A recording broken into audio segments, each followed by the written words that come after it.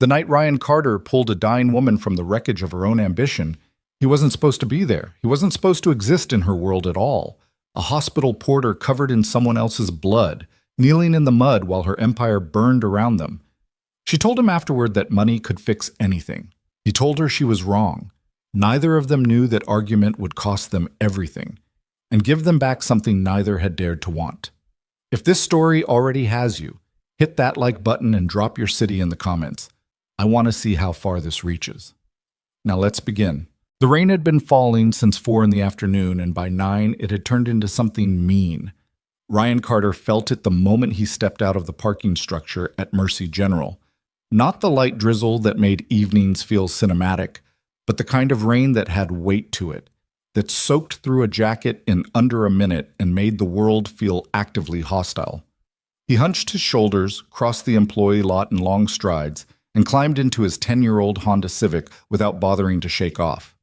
He was already soaked. There was no point.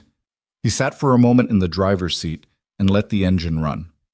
The heater took about 4 minutes to actually produce warm air. He knew this the way he knew most things about his life. Through repetition, through the slow accumulation of small accommodations. The car made a sound like a coin rattling in a dryer when it idled above 40 miles per hour, so he kept it below 40. The passenger side window wouldn't fully seal in cold weather, so he kept a folded towel wedged into the gap from October through March. The back left tire lost pressure every 3 weeks, which meant he checked it every 2.5. He was 32 years old, and he had become an expert in managing small failures before they became large ones. His phone lit up on the seat beside him. A text from Mrs. Okafor, the neighbor who watched Lily on his overnight shifts. She went down around 8:30, ate most of her dinner. Wanted you to know she drew a picture of you today at school. Teacher said it was for a class project about people they admire. Thought you'd want to hear that. Ryan read it twice. He stared at the rain hitting the windshield and thought about his daughter drawing his face in a classroom, selecting him as someone worth admiring, and he felt something complicated move through his chest, pride and grief, and the particular exhaustion of a person who was trying their absolute hardest and still wasn't sure it was enough. He typed back, "Thank you. Tell her I'll see it in the morning." Then he pulled out of the lot and began the drive home. The route he took wasn't the fastest. There was a slightly more efficient path that went through the commercial district, but it passed the bar where Danny used to drink. And Ryan had learned a long time ago that proximity to certain places had a way of wearing a person down even when they had no intention of going inside.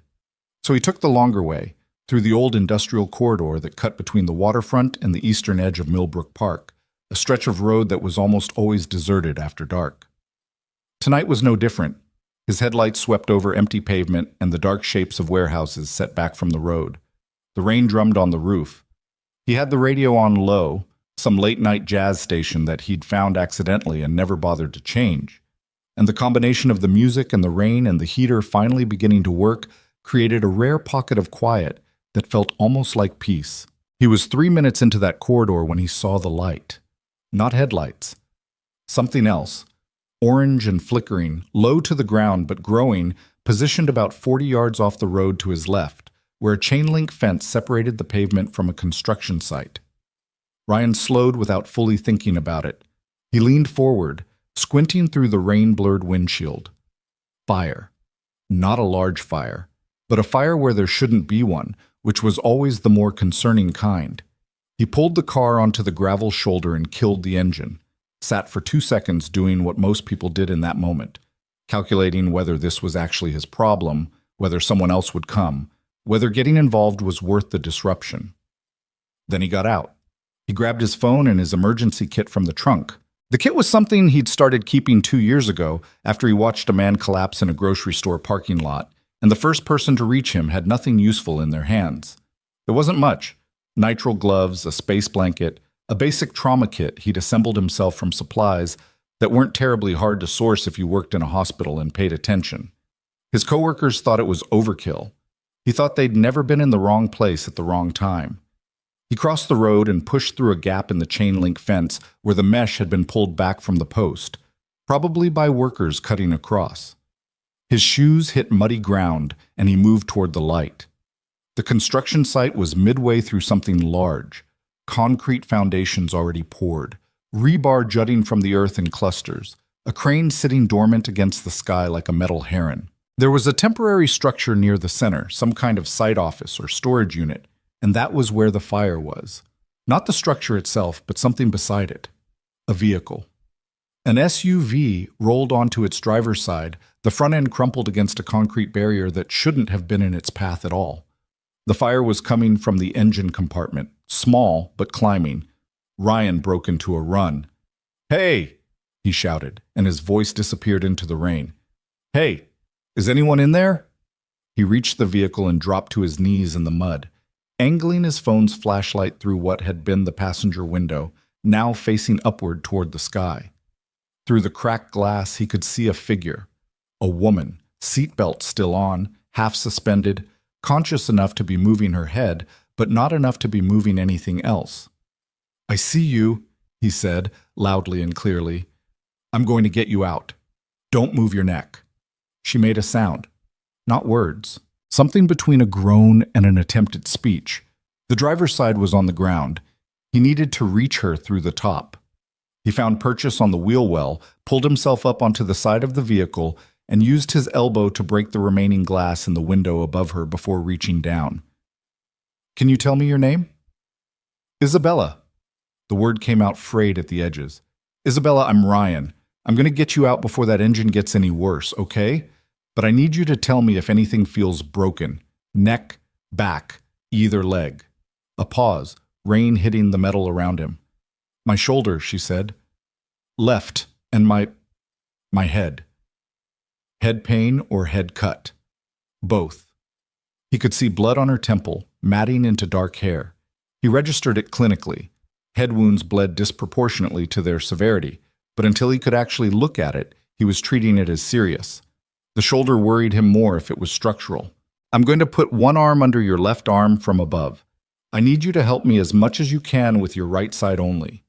Don't push with your left. Understand?" "Yes." On 3. The next 4 minutes were not clean or graceful. They never were. People who didn't work in emergency situations imagined rescue as something choreographed, but the reality was mud and dead weight and the specific awkwardness of a human body that couldn't fully help itself. She slipped once when he'd gotten her halfway through the window, and he absorbed the drop with his forearms and reset his grip without letting her fall. The fire was louder now, not catastrophic, but he could feel the heat on his left side, and that was the clock running. He got her clear of the vehicle. He didn't carry her so much as walk her, her right arm over his shoulder, his arm around her waist, moving backward across the muddy ground until they were a safe distance from the SUV. Then he lowered her to the ground as carefully as the mud, and the angle would allow, which was not very carefully at all, and she made a sharp sound when her left shoulder contacted the earth. "Sorry," he said. He meant it. He pulled the space blanket from his kit and draped it over her before pulling on gloves and crouching to look at her face in the beam of his phone light. She was younger than he'd expected. He'd been operating on the assumption of middle-aged based on nothing, and she was maybe 30, with sharp features and dark eyes that were tracking him with more focus than her current situation seemed to warrant. The cut on her temple was maybe 3 centimeters. It looked worse than it was, which he'd suspected. Her pupils were responsive. "You're the first person," she said. "What?" "To pull me." She seemed to be working on full sentences and finding it effortful. "I called. Before the phone broke. I called someone. They were coming, but you're the first person." "Who was coming?" "My driver, Marcus." "Were they in the vehicle with you?" "No." She closed her eyes for a half second and then opened them deliberately, fighting the pull. "I came alone. I know. I know I shouldn't have. Don't worry about that right now." He checked her pulse at the wrist. Strong, slightly elevated, which under the circumstances was normal. "Did you lose consciousness at any point?" "I don't. Maybe. For a moment." "Okay." He sat back on his heels. Behind them, the SUV's engine fire had started to produce smoke. Not yet catastrophic, but moving in that direction. "Does anyone know where you are tonight?" Something passed across her face. Something he couldn't read. "No," she said quietly. "Not exactly." He called 911. The dispatcher answered on the second ring, and he gave her the location with the particular specificity of a man who'd had to give medical information under pressure before. The industrial corridor, the name of the cross street, the construction site markers he could read from where he was kneeling. He gave her the patient's status, the nature of the injuries, the fire, and was told units were 8 minutes out. He acknowledged and disconnected. Isabella was watching him. "You're not a passerby," she said. "I'm a hospital porter." She seemed to absorb this. "But the way you—" "I used to be a paramedic," he said, which was true, and which he hadn't said out loud to anyone in almost 2 years. A long time ago, before things changed. She didn't ask what things. He appreciated that. Instead, she said, "The SUV was following something in the road. An animal, I think. A dog, or... I swerved, and then the barrier was just there, and I didn't—" She stopped. Her voice had started to shake. "It doesn't matter right now. I wasn't going fast. I know, you're not badly hurt. The shoulder may be fractured, but it's not displaced. The head cut is superficial. You'll have a hell of a headache tomorrow." He paused. "You're okay." She looked at him with an expression he couldn't entirely interpret. "You sound very certain." "I've been wrong before," he said, "but not about this." For a moment, neither of them spoke. The rain continued. The SUV burned quietly behind them. Somewhere in the distance, the first siren had begun its approach. Her name was Isabella Grant. Ryan didn't know that when he was kneeling in the mud with her. He didn't know it when the ambulance arrived and the paramedics took over and he stepped back to give them room, standing in the rain with mud on his knees and blood on his gloves, in a way that must have looked alarming to the police officer who approached him first. He answered questions. He gave his name and his phone number and his employee ID from Mercy General, which seemed to satisfy them. He described what he'd seen. He gave his account of her condition and her statements and the timeline of events with the methodical accuracy of someone trained to retain detail in stressful situations. The officer wrote it all down. At some point during all this, a black Mercedes arrived. A large man got out. Mid-40s, professional posture, moving with the controlled urgency of someone who had been managing crises for a long time. He identified himself to the officer as Marcus Webb, Ms., Grant's personal driver and security detail. His eyes swept the scene and landed briefly on Ryan before moving to the ambulance. Ryan watched the stretcher being loaded and thought about Lily drawing his face in a classroom and decided he wanted to go home. He retrieved his kit from where he'd left it near the fence, walked back to his car, and drove the rest of the way home in wet clothes with the heater up all the way. He told Mrs. Okafor what had happened when he got in the abbreviated way he told most stories. Something happened on the way home. A vehicle accident. He helped. It's fine. She looked at his clothes and raised her eyebrows and said nothing, which was one of the things he genuinely appreciated about her. After she left, he showered and stood in the kitchen and ate cold rice and beans standing over the sink because he was too tired to sit down, and then he checked on Lily. She was asleep on her side with one arm thrown over the edge of the mattress and her mouth opened slightly, the blanket pushed down to her waist, the way it always was by the time he checked, no matter how carefully he'd tucked her in. He pulled it back up. She stirred without waking. On her small desk was a piece of construction paper, red and yellow crayon, a figure with brown hair and a face drawn with the careful imprecision of a 6-year-old who was concentrating very hard. Underneath it, in her neat block letter printing, "My dad is my hero." He stood there for a while. Then he went to bed. 2 days later, a call came to the hospital. Ryan was in the middle of a linen transport, 3rd floor to 6th, which involved a specific sequence of elevator and corridor navigation that he'd gotten efficient at, when his supervisor, a permanently frazzled man named Gerald, appeared at the end of the hall and told him there was someone asking for him at the front reception. "Asking for me by name?" "By name and employee number," Gerald said, "which is weird, right?" It was weird. Ryan finished the transport, washed his hands, and went down to the lobby.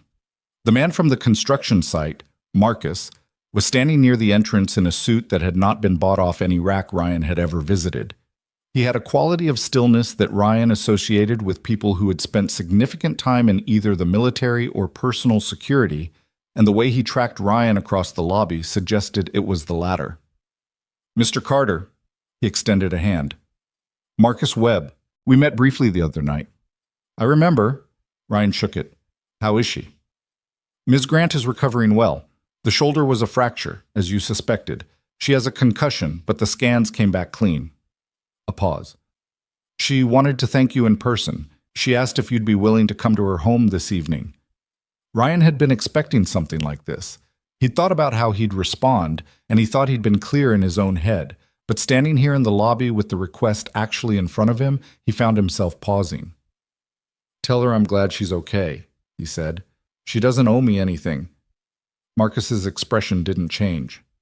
"She'd like to say that herself." "She can say it to you and you can relay it." A beat of silence. "Mr. Carter, Ms. Grant doesn't typically take no for an answer." "Most people I've met who don't take no for an answer have never had someone say it to them with any conviction," Ryan said. "I'm glad she's okay. That's the whole thing."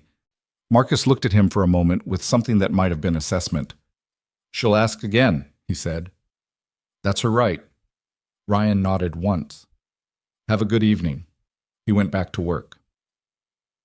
"What?" she did ask again. 3 days after that, a card arrived at the hospital addressed to him personally. Cream-colored envelope, his name in actual handwriting. He opened it in the break room, standing at the counter with a cup of coffee that had been sitting since someone else made it 40 minutes ago. "Mr. Carter, I'm not very good at being in someone's debt. My assistant says this makes me difficult to work with. She's probably right. I would like to meet you and thank you properly, not because I think it erases what you did, but because I don't know what else to do with the fact that you pulled me out of that car. If you're willing, name the time and place. Isabella Grant." His co-worker. Priya came into the break room while he was reading it. "What's that?" "A thank you note." "From who?" "A patient." She peered at the envelope. "That's very fancy stationery for a patient." He folded the card and put it in his pocket. The place he named was a diner on the east side called Farley's, the kind of place that had been there since 1987 and would probably outlast every trend and economic disruption until the building itself gave up. He came directly from a shift, still in his scrubs, at 10 in the morning on a Tuesday when the lunch crowd hadn't arrived yet, and the booths were half empty. He was 5 minutes early. He ordered coffee and waited. She arrived at exactly 10, which he respected, with Marcus positioned near the door in a way that was professional enough to be unobtrusive and obvious enough to be clear. She was in jeans and a dark coat, left arm in a sling, a small bruise still yellowing along her hairline. She looked different without the mud and the rain and the emergency, sharper, more composed, and at the same time somehow more fragile, the way people looked when they were holding themselves together with some effort. She slid into the booth across from him and looked at him directly. "You look exactly how I remembered," she said, which surprised me. "Were you expecting someone different?" "I wasn't sure I'd actually remember your face. I had a concussion." She glanced at the sling. "I keep forgetting I can't use this hand and then trying to use it." "How long did they say?" 6 to 8 weeks. They say I need to rest." She said the word rest the way some people said root canal. "I have never rested in my adult life." "That may be part of the problem." She looked at him. "I don't mean the accident," he said. "Just generally." She was quiet for a moment, then, "You didn't want to come." "No." "Why did you?" He considered the question honestly. "Because the letter was decent. It didn't feel like a transaction." "Everything I do is usually a transaction," she said. "My CFO would be alarmed to hear me admit that." The waitress came. Isabella ordered black coffee. Ryan asked for a refill. They sat with a small silence that wasn't entirely uncomfortable. "I looked you up," she said. He'd assumed as much. "And?" "You were a paramedic with Metro EMS for 6 years. Above average response record. You left 2 years ago." She paused. "I couldn't find a reason for the departure, and I don't usually not find things." "That's because there's no paperwork for the reasons I left," he said. She didn't push, which surprised him. Instead, she said, I want to help you. I want to offer you something meaningful. A position, funding for training if you want to go back into medicine, college accounts for your daughter if finances are a concern.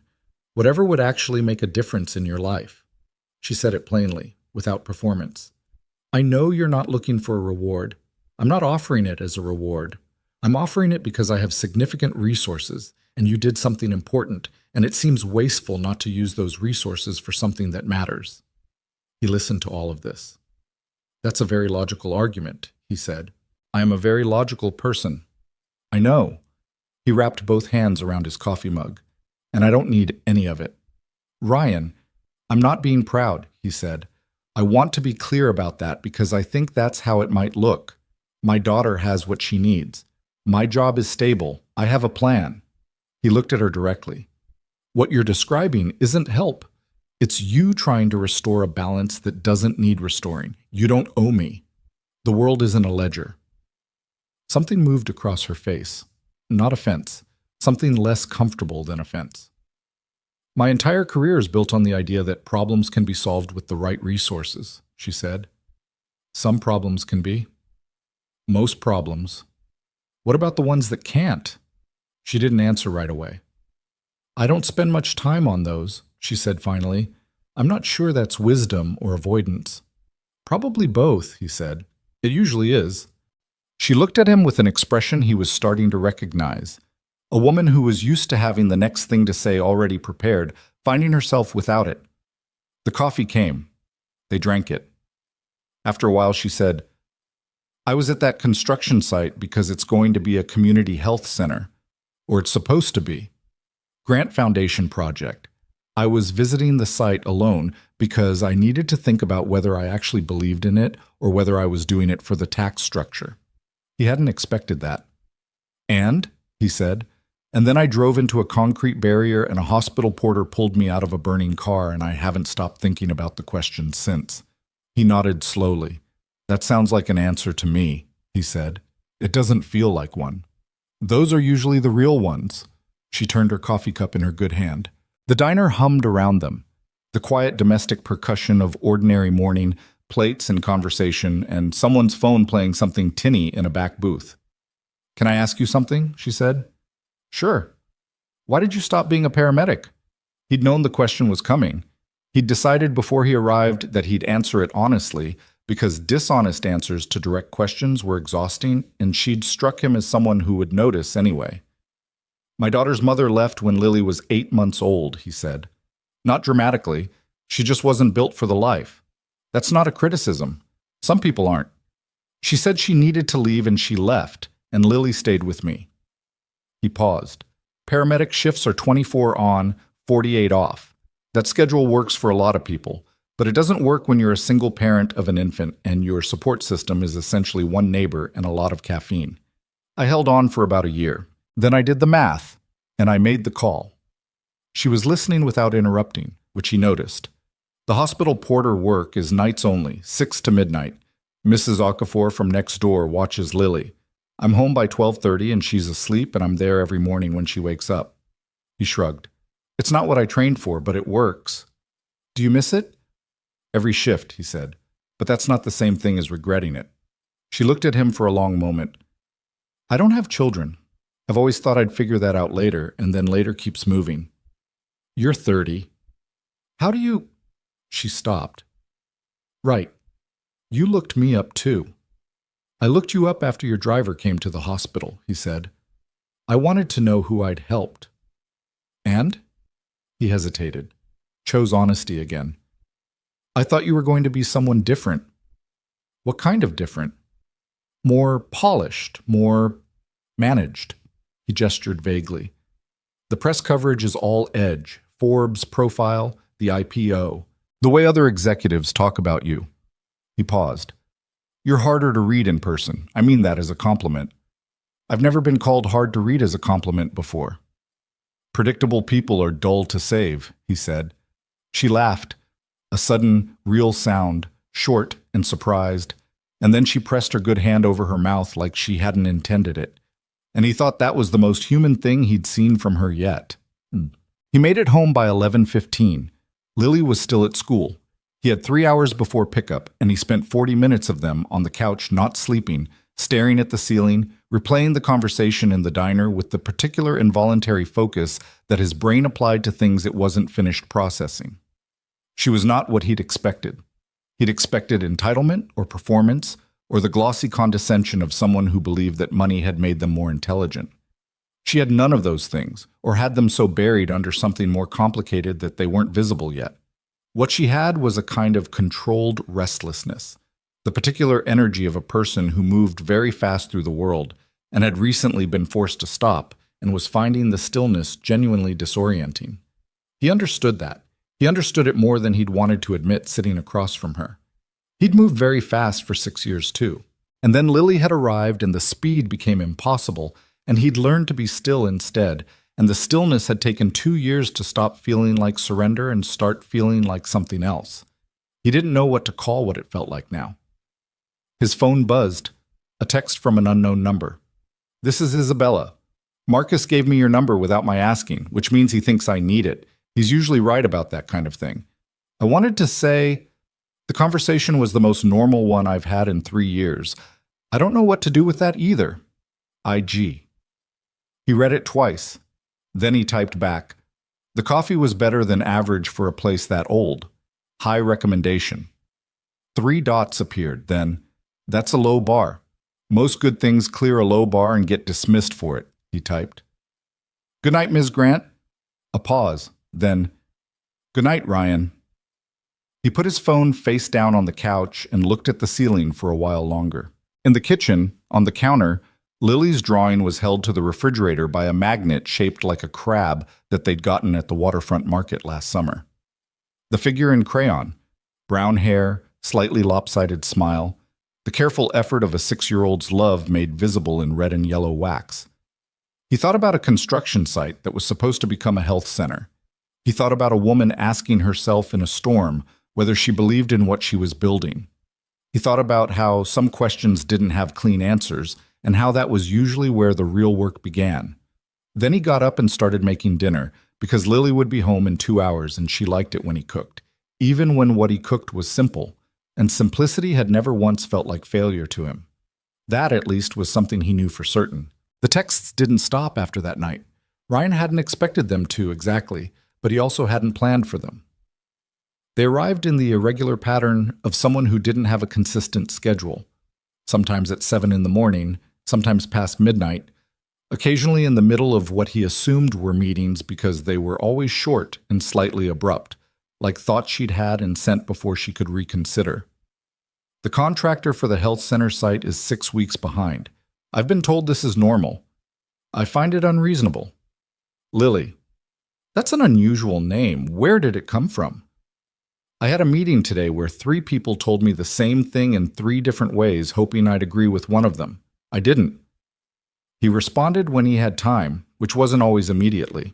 He was in the middle of a night shift when her second message arrived, and he didn't see it until he was driving home at 12:40, sitting at a red light in the rain. It had rained every day that week, which felt either meaningful or like October in a coastal city, probably the latter. Her grandmother's name, he typed back at the red light, which he knew you weren't supposed to do. She never met her. It felt like a way to give her something. He sent it and put the phone down. By the time he got home, there was a response. That's a good reason for a name. He didn't reply to that one. Some things didn't need a reply. He'd learned that distinction slowly, over years of being in situations where the impulse to fill silence with words had caused more damage than the silence itself. It was Lily who changed things, though not in any way Ryan had anticipated or could have predicted. He picked her up from school on a Thursday afternoon, one of his days off, which he tried to make count by actually being present rather than running errands while she was nearby, a distinction that took conscious effort. And she was in the back seat eating the half a peanut butter sandwich she always saved from lunch when she said, out of nowhere, "Dad, what's a billionaire?" He glanced in the rearview mirror. "Where'd you hear that word?" Caden at school said his dad works for a billionaire. He said they have 3 houses. She took a measured bite of sandwich. Do they sleep in a different house every night, like rotating? Probably not every night. Then what's the point of 3 houses? He thought about it. Some people measure success by accumulating things. It makes them feel safe. She considered this with the patient seriousness she brought to most conceptual problems. But you can only sleep in one house at a time. That's correct. So it's like having 3 lunches and only eating one. That's actually a reasonable analogy, yeah. That seems wasteful. Some people would agree with you. She finished the sandwich and looked out the window at the passing street. Do we have enough houses? We have exactly 1 house, he said, which is the right amount. Okay. She seemed satisfied. Can we get a fish? He mentioned this conversation almost accidentally in a text to Isabella 3 days later. He'd been telling her about Lily's general approach to logical problems because she'd asked what Lily was like, and he'd found that easier to answer through examples than description. She's 6 and she already thinks billionaires are wasteful, Isabella replied. She's right. I have 2 apartments and I've slept in the second one 4 times. Why do you have it? I bought it during a period when I was making decisions with my net worth instead of my judgment. It happens more than people admit. He read that and thought about what it cost her to type it. Not the admission itself, but the precision of it. The self-awareness without self-congratulation. That was harder than it looked. That's an honest answer, he wrote back. I've been trying that lately. It's exhausting. It gets easier. Does it? He thought for a moment. No, he typed. But you get better at tolerating the exhaustion. 3 dots. Then, that's not the encouragement I was looking for. I know, he replied, but it's what I've got. She called him the following Tuesday. Not a text, an actual call, which felt like a shift in register, the way conversations sometimes graduated from one medium to another when they'd built enough weight to need a real voice. He was making dinner. Lily was in the living room with a coloring book, loudly narrating a story she was apparently creating in real time about a dragon who worked at a library. Ryan answered the phone with one hand and kept stirring with the other. Is this a bad time? Isabella asked. It's fine. What's wrong? A pause. Why do you assume something's wrong? Because you called instead of texted. Another pause, this one with a different quality. The contractor pulled out. The health center site. Her voice was flat in a way that was clearly covering something harder. He cited permit complications, which is partly true and partly there are investors in the surrounding development who would prefer the site stay commercial. They've been applying pressure. Ryan turned the burner down. Can you fight it? I'm fighting everything simultaneously right now. My board wants me to pause the foundation projects until the Q4 numbers stabilize. My legal team says the permit issue is resolvable, but it'll take 8 to 12 weeks. And the community groups who are counting on that center have been waiting 2 years already. She stopped. I don't know why I'm telling you this. Because you need to say it out loud to someone who isn't on your payroll. Silence. That's a specific reason, she said. You have a lot of people around you who are paid to manage your decisions. That's different from having someone you can actually think at. Think at, she repeated. Is that what this is? I don't know what this is, he said honestly. In the living room, Lily had elevated the Dragon's Library story to involve what sounded like a legal dispute over overdue book fines. But if it helps, keep doing it. She let out a breath. Not quite a sigh. Something more controlled. I'm going to fight the permit issue. The board can wait. The Q4 numbers will be what they are. That sounds right. It might cost me votes at the next board meeting. What's more important to you? A longer pause this time. The center, obviously. Then you already know what to do. I knew what to do before I called you, she said. I know. That's not why you called. She was quiet for a moment. Then, in a slightly different tone, what is Lily narrating? I can hear her from here. A dragon who apparently got into a legal dispute with a public library over late fees. A beat. Then, is the dragon winning? He listened. Hard to say. There's been a motion to dismiss. She seems passionate about due process. Isabella laughed again. That same sudden, genuine sound from the diner, and he thought it was probably the kind of laugh that escaped her rather than one she produced. She sounds like someone I'd hire. She's 6. I'll put her on retainer for 2031. He smiled at the stove, caught himself, kept stirring. The offer that fractured things came 3 weeks after that call. It arrived through Marcus, which Ryan later thought was intentional.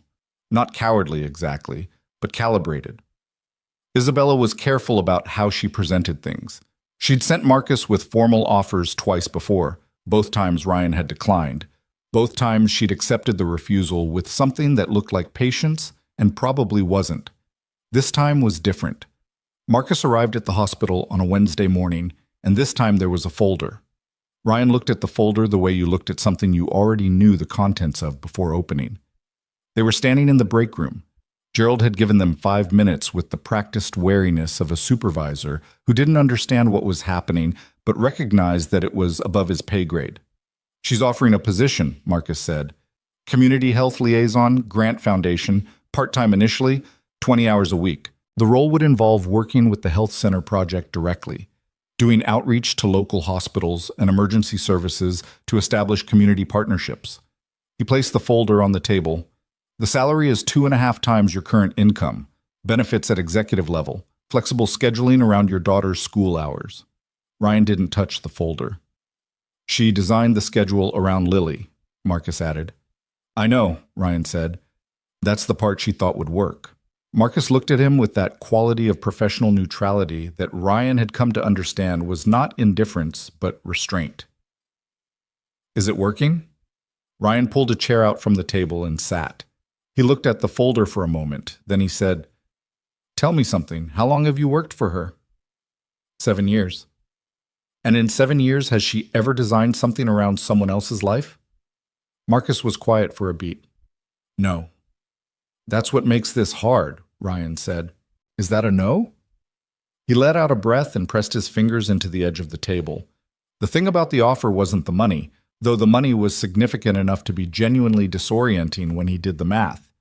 The thing was that it was the right job. It was work he'd be good at, work that connected to something he'd lost when he left the ambulance. The specific satisfaction of being useful to people in a way that actually mattered, not just moving linen from one floor to another. That was the trap. It wasn't insulting or condescending or transactional. It was thoughtful, carefully constructed, and it used the knowledge she'd gathered about who he was and what he'd given up and what he might want. It was the most sophisticated offer he'd ever been made, and he still didn't know whether to take it. "Tell her I need a week," he said. Marcus nodded and picked up the folder. "She'll say that means you're considering it." "She's right," Ryan said. "That's what it means." The week was not restful. He ran the numbers, which was straightforward. He thought about Lily's college fund, which currently contained enough for approximately 1 semester at a state school if nothing in the market changed dramatically. He thought about his car and its rattling coin noise, and the tire and the window towel, and the small inventory of managed failures that he'd built his stability on. He thought about the job itself, what it would actually require of him, what he'd be walking back into emotionally, whether he was ready for that. And he thought about Isabella. Not romantically, or not entirely, or not in any way he was willing to examine directly, but the thought was there and it was relevant, and ignoring it would have been its own kind of dishonesty. He called his sister Claire. She lived in Portland, and they talked every few weeks, long calls that covered everything and resolved nothing in particular. He told her the rough shape of the situation without many specifics. "Is she paying you because she wants to, or because she feels guilty?" Claire asked. "I think she's paying me because she thinks it'll make things even. And you don't want things even. I don't think things being even is the point." "What is the point?" He sat on the back step of the house, which was just concrete and a small square of weedy grass but had a sight line to the neighbor's oak tree that he liked. Lily was asleep. The night was cold and clear. "I think she's trying to solve a problem that isn't a transaction," he said, "and I think if I take the job under those terms, it confirms for her that everything can be resolved with the right offer, and I don't think that's good for her." Claire was quiet for a moment. "That's a very generous interpretation of why you won't take a well-paying job." "It's not the only interpretation." "What's the other one?" He watched the oak tree. "That it's easier to keep my life the shape it is." "And which one is true?" "Probably both. They usually are."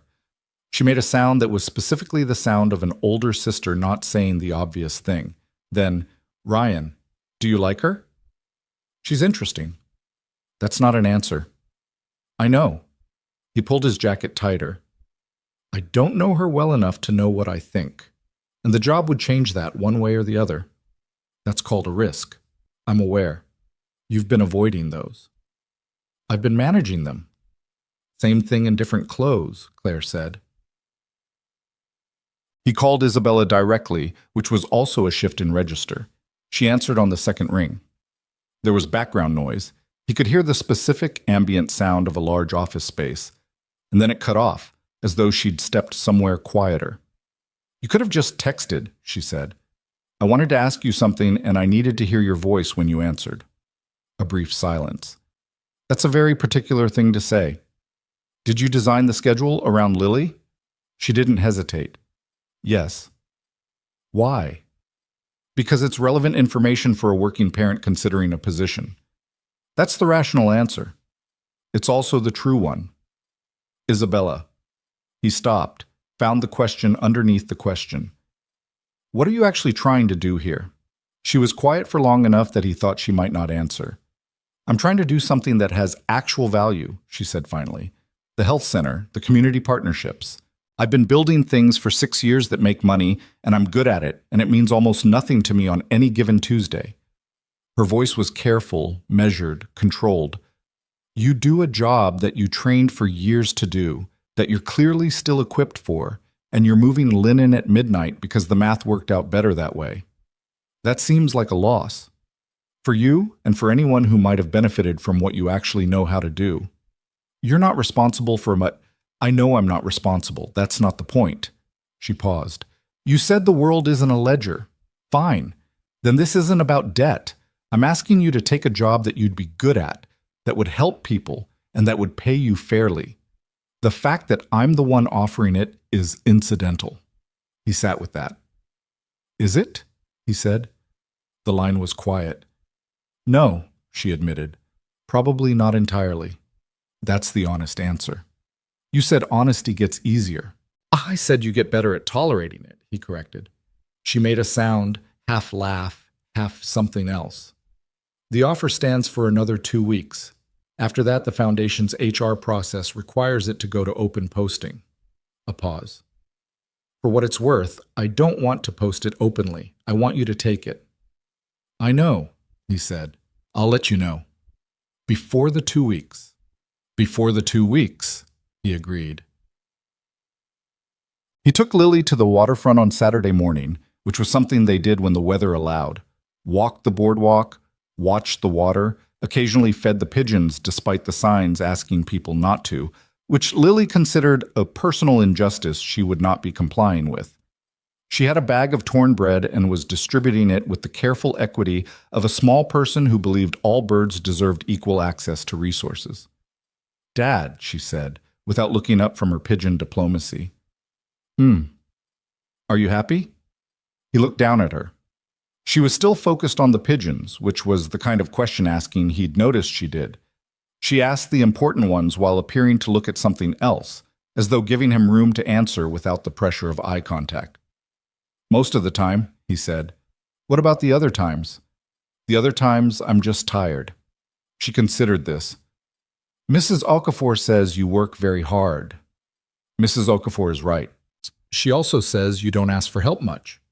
Ryan looked at his daughter, who was 6 years old and apparently collecting opinions about him from neighboring adults. Does she? She said it like it was a problem. Lily finally looked up at him with the direct, unguarded attention that only small children and very honest adults could sustain without it feeling aggressive. Is it a problem? It can be, he said carefully. Sometimes. She looked at him for another moment.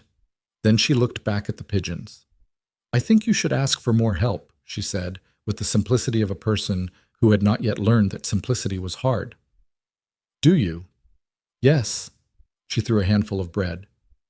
Also, I still want a fish. We're not getting a fish. Yet, she said. We're not getting one yet.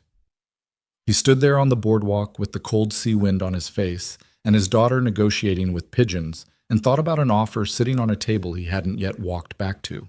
He thought about Isabella saying, I want you to take it, and the specific quality of that sentence, Not demanding, not transactional, just honest about wanting something without fully understanding why.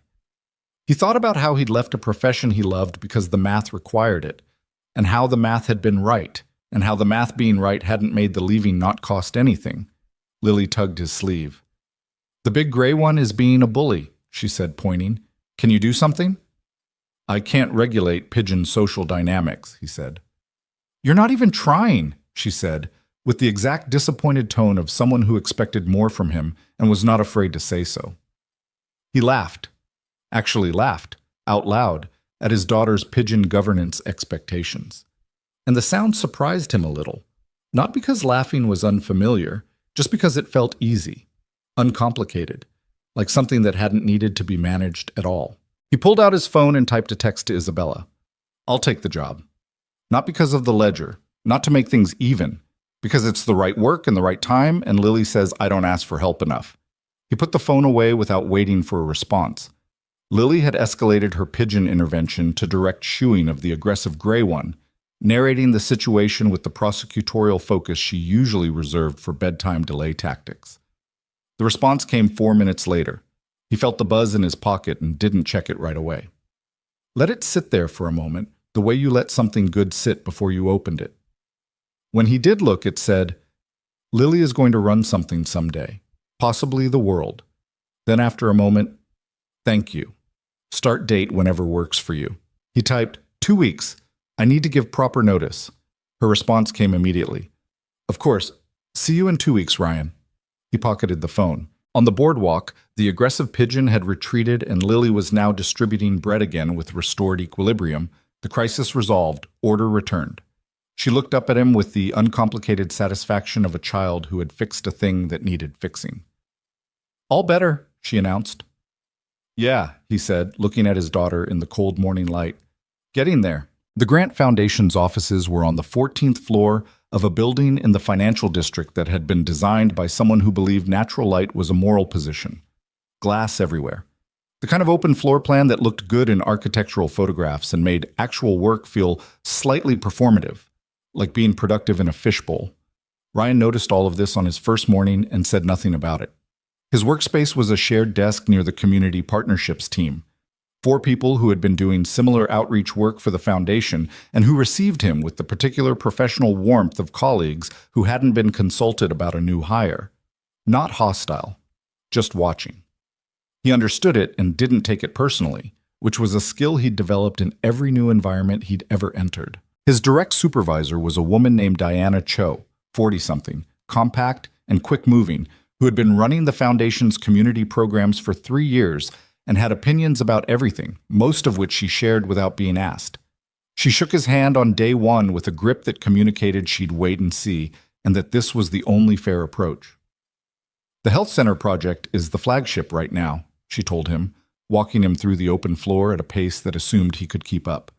"Permits cleared last week, finally. Construction resumes Monday. We're about 8 months from a soft opening if nothing else goes sideways." Does something usually go sideways? Always. The question is how much sideways. She stopped at a window and pointed north, where Ryan could see the waterfront. "We're partnering with 4 local hospitals for the clinical staffing model. 2 have been straightforward. St. Catherine's has been dragging their feet for 6 weeks on the MOU, and Mercy General—" She stopped. "That's where I was working," he said. "I know. Isabella mentioned it."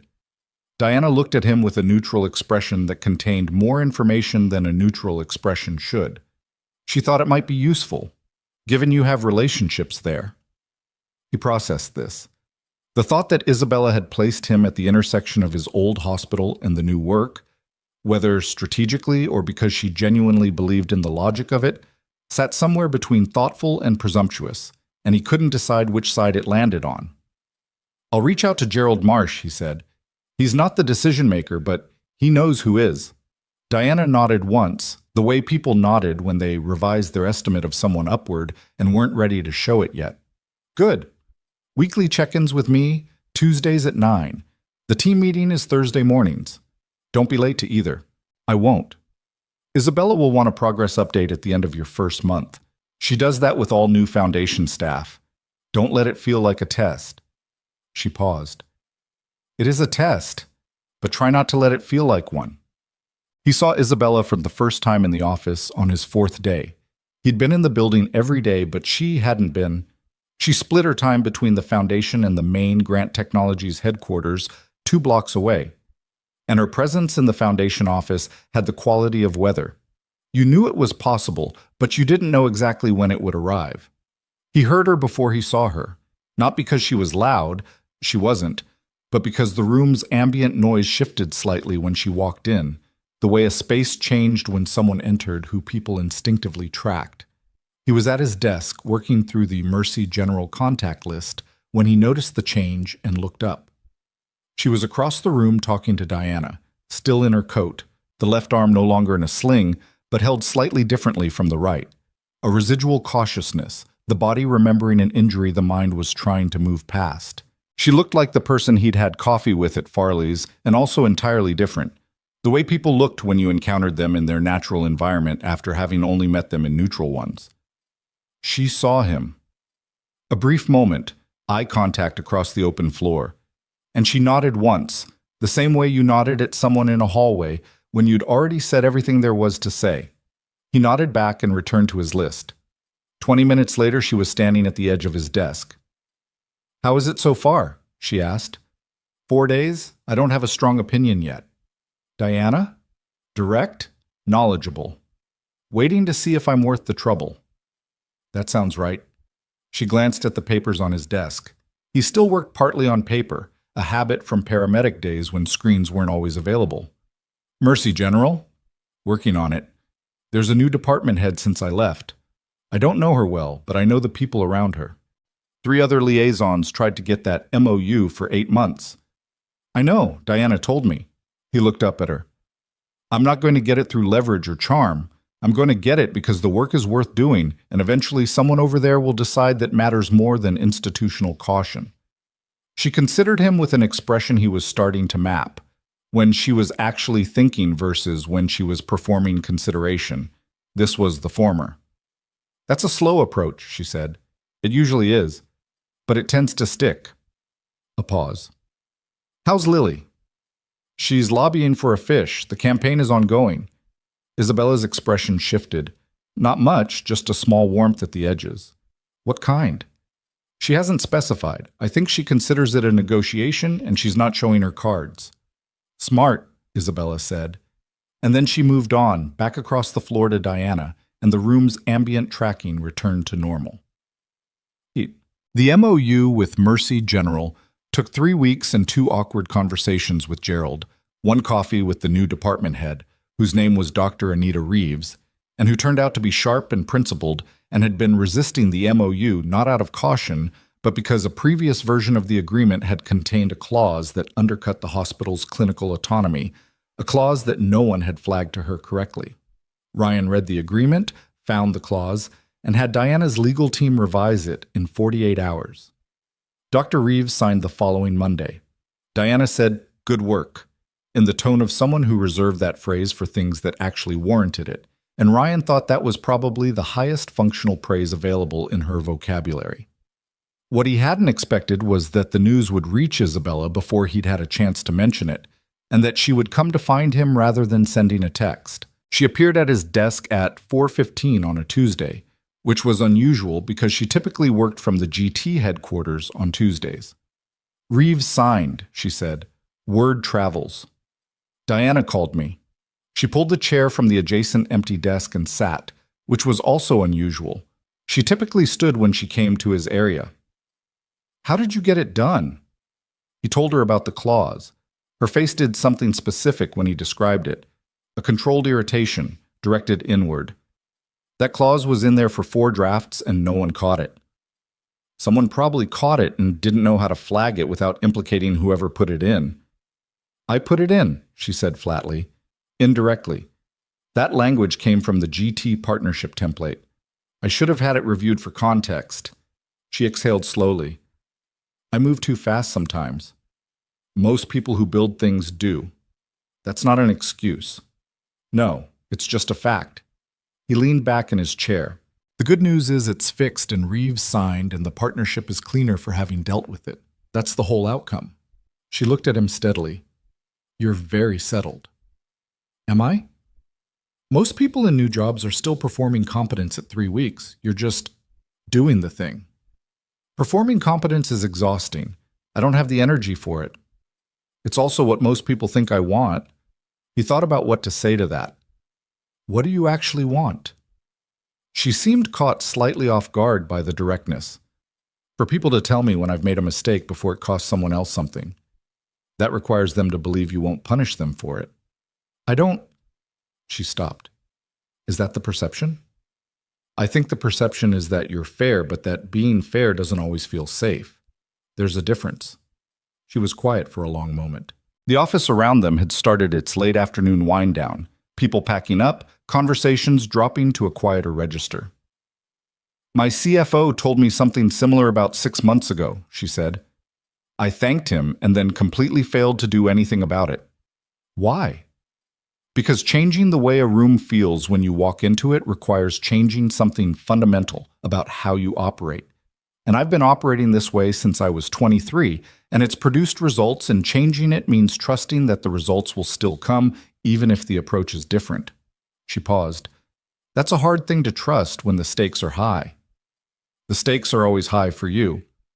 Yes. Then the question isn't whether it's safe to change, it's whether it's worth it. She looked at him. You ask very direct questions. You said you wanted honest answers. This is what that looks like upstream. The corner of her mouth shifted, not quite a smile. Something more complicated. Do you do this with everyone? No, he said honestly.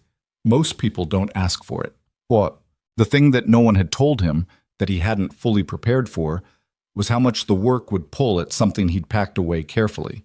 The health center outreach brought him into contact with the community organizations that would eventually use the facility. Neighborhood health advocates, social workers, the kind of people who did the connective tissue work of public health that never made the news and kept entire communities from falling apart at the seams. He spent time at 2 temporary health clinics on the east side, talking to the staff, understanding the gaps in services that the new center was supposed to fill. On a Wednesday morning in his 5th week, he stood in a cramped room at the back of a community center on Alderton Street and watched a paramedic named Cal walk a frightened older woman through a blood pressure reading, talking to her in a low, patient voice, and Ryan felt something move through him that he hadn't felt in 2 years. Not nostalgia, exactly. Something sharper than that. He drove back to the foundation office and sat in his car in the parking structure for 7 minutes before going in, which was the kind of thing he only did when something needed to settle. He didn't mention it to anyone that day. He mentioned it to Isabella 4 days later because by then it had become a thing he was carrying around, and she'd developed the irritating and not entirely unwelcome habit of asking him questions he hadn't given himself permission to think about. They were in the small conference room off the main floor, a quarterly review meeting with Diana and 2 program officers that had run long and everyone else had filtered out. Isabella had stayed to look at the timeline projections Diana had left on the whiteboard, and Ryan had stayed because he'd been the one to pull the projections together, and he wanted to make sure she understood what she was looking at. After a few minutes of her working through the numbers in silence, she said, without turning around, "Something's been different with you this week. I didn't know you tracked that. I track most things. Occupational formation." She turned. What happened? He told her about the Wednesday visit, the paramedic, the older woman. The particular feeling of watching work he'd been trained to do and had stepped away from. She listened to all of it without interrupting, which was something she was getting better at. "Do you want to go back?" she asked. "I don't know. Lily's schedule is solvable." "You sound very certain of that." "Logistics are solvable. That's different from the question I'm asking." She leaned back against the edge of the conference table and looked at him squarely. "Do you want to go back?" He sat with the question. It deserved to be sat with. "I want to not have had to leave," he said finally. That's the honest answer. But I can't have that. So the question is whether going back now in some form is something I want badly enough to figure out the logistics. And I'm still figuring it out. Fair enough? She looked at the whiteboard. Diana mentioned that St. Catherine's is still moving slowly on their partnership agreement. Different problem than Mercy General. It's less about the document and more about the administrator in charge of the decision being conflict-averse and afraid of the board. He recognized the pivot, not avoidance, just her way of keeping movement when a conversation had found its limit. He'd come to understand her gear changes. "I know someone on the St. Catherine's board," he said, "former EMS supervisor. He retired 2 years ago, but he still has relationships." "Could you reach him?" "Probably." "Would you be willing to?" "That's what the job is," he said. "Yes." The contact at St. Catherine's board was a man named Howard Briggs, 63, who had run Metro EMS for 11 years before a back injury had moved him toward administrative work and eventually retirement. Ryan had worked under him for 4 of those years. The relationship was the kind built on accumulated trust in difficult situations. Not personal warmth exactly, but the deep professional respect that came from watching someone make hard calls correctly over a long time. He called Howard on a Thursday evening from his kitchen, Lily in the bath down the hall, the familiar domestic soundscape of running water and intermittent song. "Ryan Carter," Howard said, with the particular tone of someone who was not surprised and not displeased. "I wondered when you'd surface." "I'm working with the Grant Foundation now." "I heard. St. Catherine's situation?" Howard didn't wait for confirmation. "Caldwell's the problem. Associate administrator, 34 years old, has never once made a decision without first determining who to blame if it goes wrong. The board wants to approve the partnership, but they're waiting for him to stop obstructing the internal recommendation." "Can you move it?" "I can have a conversation with Joanne Marsh. She's board chair. We have coffee every other week. I'll see if I can get Caldwell out of the process." A pause. "This center, it's real? Not a photo op?" "It's real. I've seen the plans. I've talked to the community organizations that are going in as partners. It's the kind of thing that should have existed 10 years ago." Howard was quiet for a moment. "And this Grant woman, she's committed? Not just for the press?" Ryan thought about Isabella sitting in a diner at 10 in the morning, asking herself out loud whether she actually believed in what she was building. "She's committed," he said. "Okay. I'll talk to Joanne." The street. Catherine's signature came through 2 weeks later. 1. The board meeting that nearly broke everything happened on a Thursday in November, and Ryan was not supposed to be there. He'd been aware, in a peripheral way, that Isabella's board had been applying pressure on the foundation's capital commitments, that the quarterly numbers were slightly below projection, and that there were board members who viewed the health center project as a liability rather than an asset. Diana had mentioned it in passing, the way she mentioned things that were technically above Ryan's level, but that she clearly thought he should know anyway. What he hadn't known was that the board had scheduled an emergency session to formally motion for a pause on the health center project pending financial review, and that the motion had a majority. He found out from Marcus, who called him at 7:15 in the morning on a Thursday. "She's going into the meeting at 9, Marcus said, with the measured tone he used when things were serious. "She asked me to let you know. She said," a pause as though he was reading something. "She said she didn't want you to hear about it after the fact. She said you'd want to know going in." He was at his desk when the meeting started. He had no role in it, no authority in it, and no reason to be anywhere near the conference floor where Grant Technologies' board was assembled. He stayed at his desk and worked on a community clinic intake model he'd been drafting, and he waited. The meeting ran 91 minutes. He knew because he watched the clock with the specific, involuntary attention of someone waiting for medical results. When she came out, he saw her crossing the open floor toward the elevator, coat on, moving fast. Her expression was set in a way he'd come to read as the opposite of composed. Not visibly upset, just locked down in the way people locked down when something had happened that required them to hold their face together while the rest of them figured out what came next. He got up. "Isabella." She stopped, turned. The set of her jaw was doing a lot of work. "They approved the pause," she said. 60-day review period. No capital disbursements for the foundation project." He felt it land, not just as information, but as what it meant to the clinic timeline, to the community groups, to the people who'd been waiting 2 years already. What happens in 60 days? "They vote again. If the Q4 projections improve, I might have the votes. If they don't..." She stopped. "Can you fund it independently?" Outside the foundation channel? Not without triggering shareholder concerns about capital allocation. Her voice was careful and controlled and had the quality of someone describing a situation they'd already analyzed from every angle and not found a way out of. I have options. I'm working on them. Is there anything I can do? She looked at him. The question seemed to catch her slightly. Not the offer, but the plainness of it. I don't know yet, she said. Let me think. Okay. He paused. I'm sorry. The work you're trying to do is good work. That matters, regardless of the vote. She looked at him for a moment longer than she usually did. Then something shifted in the locked-down expression. Not breaking exactly, more like a single thread giving way in something tightly wound. I was in there for an hour and a half, she said, and I gave them every argument I had. Numbers, community impact projections, the partnership agreements you helped build, the whole case. She stopped. And the thing that kept going through my head the whole time was that you were at your desk working on intake models while a room full of people were deciding whether the work was worth doing. He didn't know what to say to that. That seemed important somehow, she said. I don't know why.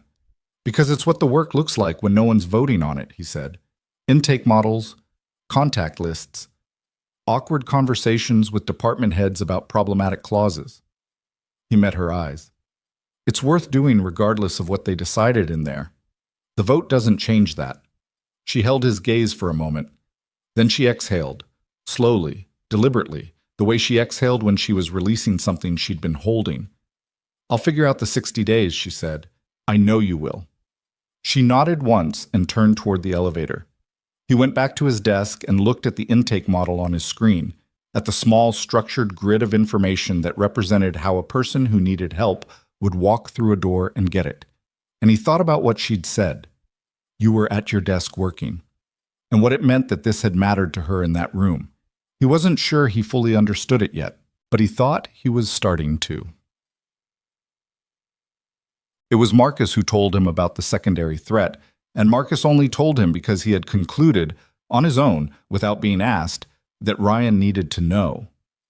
They were in the parking structure, both arriving at roughly the same time on a Monday morning, and Marcus had the particular expression of a man who had made a decision overnight and was carrying it with some discomfort. There's a developer named Philip Croce, Marcus said, without preamble. He has interests in the commercial property surrounding the health center site. He's been the pressure behind the permit delays, behind two of the board members who pushed for the pause, and behind a negative piece that ran in the financial press last month about the foundation's capital efficiency. Ryan processed this. She knows? She knows about Croce in general. She doesn't know the scope of his current strategy.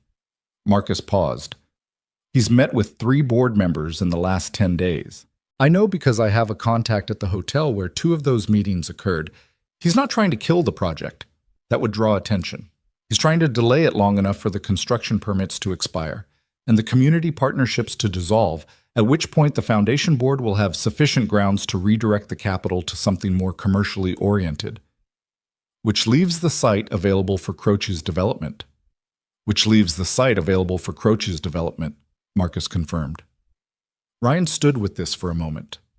The parking structure was quiet around them, early enough that the building hadn't filled yet. Why are you telling me? He said. Marcus was quiet for a beat. Because she'll fight this in the way she fights everything, strategically, systematically, from inside the structure, and that may not be fast enough. He paused again.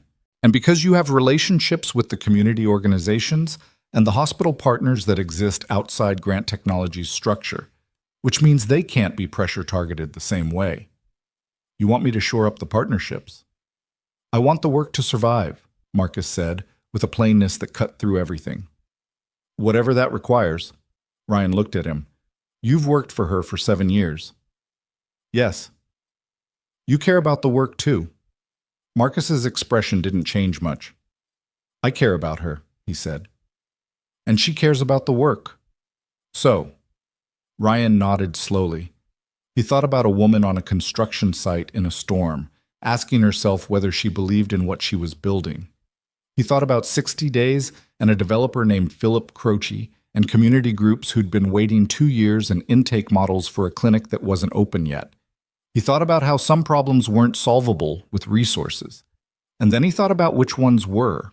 "Tell me everything you know about Croce," he said. Marcus looked at him with something that might have been relief. "There's a coffee place 2 blocks north," he said. "I'll buy." They walked out of the parking structure into the cold morning, and Ryan turned his jacket collar up against the wind and thought that whatever this had started as, a rainy night, a burning vehicle, a woman who believed everything was solvable, and a man who believed otherwise, it had become something else now, something with more at stake than either of them had bargained for. And he found, to his own quiet surprise, that he was not afraid of that. What Marcus knew about Philip Croce filled an hour and a half of conversation and left Ryan with the particular unpleasant feeling of understanding a problem completely and not yet knowing what to do about it. Croce was 61, a commercial developer who had been building and acquiring properties in the city's eastern corridor for nearly 2 decades. He wasn't the kind of person who appeared in profiles, He avoided press the way certain animals avoided open ground, instinctively and with purpose. His name showed up in permit filings, in LLC structures that owned properties that other LLCs developed, in the kind of corporate layering that was entirely legal and entirely designed to make causation difficult to trace. He had relationships with 3 members of Isabella's board, relationships that predated the Grant Foundation by years, built through the slow, patient work of shared investment interests and the particular social architecture of men who believed the city belonged to whoever could afford to shape it. The health center site was the last undeveloped commercial parcel on a stretch of the eastern waterfront that Croce had been quietly assembling for 4 years. Everything around it was already his, in one form or another. The site itself had been donated to the foundation by a previous landowner who had specifically wanted it used for community benefit, a restriction that was legally binding but had a sunset clause. If the foundation failed to break ground within a defined operational window and maintain active development, the restriction could be challenged. That window, Marcus explained over bad coffee, in a place with no atmosphere and excellent acoustics for private conversation, closed in 7 months. 60 days of board-mandated review, followed by a potentially hostile revote, followed by the logistical time required to restart paused construction. The math was close. Not impossible. But Croce had clearly done the math too. "He doesn't need to kill it," Ryan said. "He just needs to make it miss the window." "Correct. And if the window closes? The restriction challenge goes to probate court. It could take years, by which point the community partnerships will have dissolved, the construction financing will have expired, and the board will have moved the capital elsewhere." Marcus's voice was even. "He wins, without ever appearing to have done anything." Ryan stared at his coffee. "She needs to know the full scope." "I know. Why haven't you told her?" Marcus was quiet for a moment. "Because when Isabella knows something, she acts on it. And her instinct in a situation like this is to move on Croce directly, legally, publicly, with everything she has, which is one approach. But Croce has lawyers who have been anticipating exactly that response for months. A direct confrontation plays into his timeline. It delays things further and gives the board additional grounds for the review extension." He looked at Ryan steadily. "I thought there might be a different approach, one that didn't require her to fight on his ground. You want to make the project undeniable before she goes after him. I want the community case to be so concrete and so publicly visible that any board member who votes against it is voting against something people can see and name and care about." Marcus paused. "The partnerships you've built, the hospital agreements, the community organizations. Right now, those exist as documents. They need to exist as people." Ryan sat with that. It was, he thought, a better strategy than anything confrontational. It was also the kind of strategy that required every relationship he'd built in 2 months to show up at the right moment and in the right form, and that was not something he could guarantee. "I'll need 2 weeks," he said. "You have the 60-day clock." "I'm not using 60 days. If this takes 60 days, it's already too late." He drank the bad coffee and thought about Howard Briggs and Dr. Anita Reeves and the social workers on Alderton Street and the paramedic named Cal. 2 weeks. Then she needs to know everything. Marcus nodded. "Agreed." Ryan put his cup down. "You're good at this," he said. "Not a compliment exactly. more like an observation. 7 years, Marcus said simply. You learn the shape of the problems. He didn't tell Isabella what he was doing. This bothered him more than he expected it to. He had built a reflexive honesty with her over the previous weeks. Not confessional, not effortful, just the baseline directness that he'd established from the beginning and that she'd come to rely on in a way that was visible to him even when she probably didn't intend it to be. Withholding something felt like a small fracture in something that had been solid. He told himself it was temporary and purposeful, and that she would understand when he explained it. He mostly believed this, the part of him that didn't keep surfacing at inconvenient times. He started with Howard Briggs, who was already aware of the Croce situation in broad strokes and had opinions that were pointed and useful.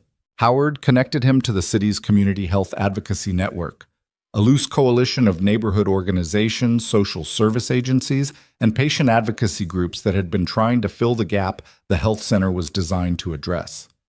Ryan had been in contact with several of these groups already through his outreach work, but he hadn't yet understood how to coordinate them in any unified way. He made that his task for the first week. He worked early mornings and evenings, after Lily was asleep, drafting a community impact presentation that was not a presentation in any corporate sense. No slide decks, no infographics, no polished formatting. It was a document that contained names and stories and specific gaps in healthcare access with specific numbers attached. The kind of thing that was harder to dismiss than an economic projection because it was about people who already existed and could be pointed to. He drove to Alderton Street on a Thursday afternoon and sat with Maria Torres, who ran the neighborhood health advocacy office out of a converted storefront, and asked her to tell him about the cases she couldn't serve. She talked for an hour and 20 minutes. He took notes by hand. He called Dr. Reeves at Mercy General and asked her for the specific data on uninsured patients presenting at the emergency department with conditions that should have been managed at the primary care level. She sent him a spreadsheet that told a story she'd been trying to tell the city council for 2 years. He talked to Cal, the paramedic from Alderton, who turned out to be named Calvin Marsh, no relation to Gerald, and asked him about the calls that came in from the Eastern District that a functional community clinic would have prevented. Cal had a memory for details that was characteristic of people who worked in emergency medicine and had learned to record the world carefully because sometimes the details were the difference. He gave Ryan numbers, and he gave him 2 specific cases that had ended badly in ways they shouldn't have. By the end of the first week, Ryan had a document that was 43 pages long and read like what it was, evidence compiled by someone who had worked in these systems and understood them from the inside. He sent it to Diana on a Sunday evening with a subject line that said, "For the board review. Read before Monday." Her response came 40 minutes later. "Where did all of this come from?" He typed back, "The people it's about." A pause, then, "I'll have it formatted for distribution by morning." He put his phone down and looked at the dark window of his kitchen and thought about how he still needed to tell Isabella about Croce and about the 7 months and about the shape of the trap she was in. He thought about the right moment and the right way to say it, which was a thing he'd always done. Considered the delivery of hard information carefully because how something was said changed what the person hearing it was able to do with it. He picked a Tuesday. He asked if she had 30 minutes. She said she had 20. He took her to the small conference room and closed the door and told her everything. Croce, the board relationships, the 7-month window, the sunset clause on the property restriction. He gave it to her in order clearly, without softening any part of it. She listened with the stillness she used when she was processing something significant. Not frozen. She shifted once, crossed her arms, uncrossed them, but very quiet, with the particular quality of someone running calculations that required all available attention.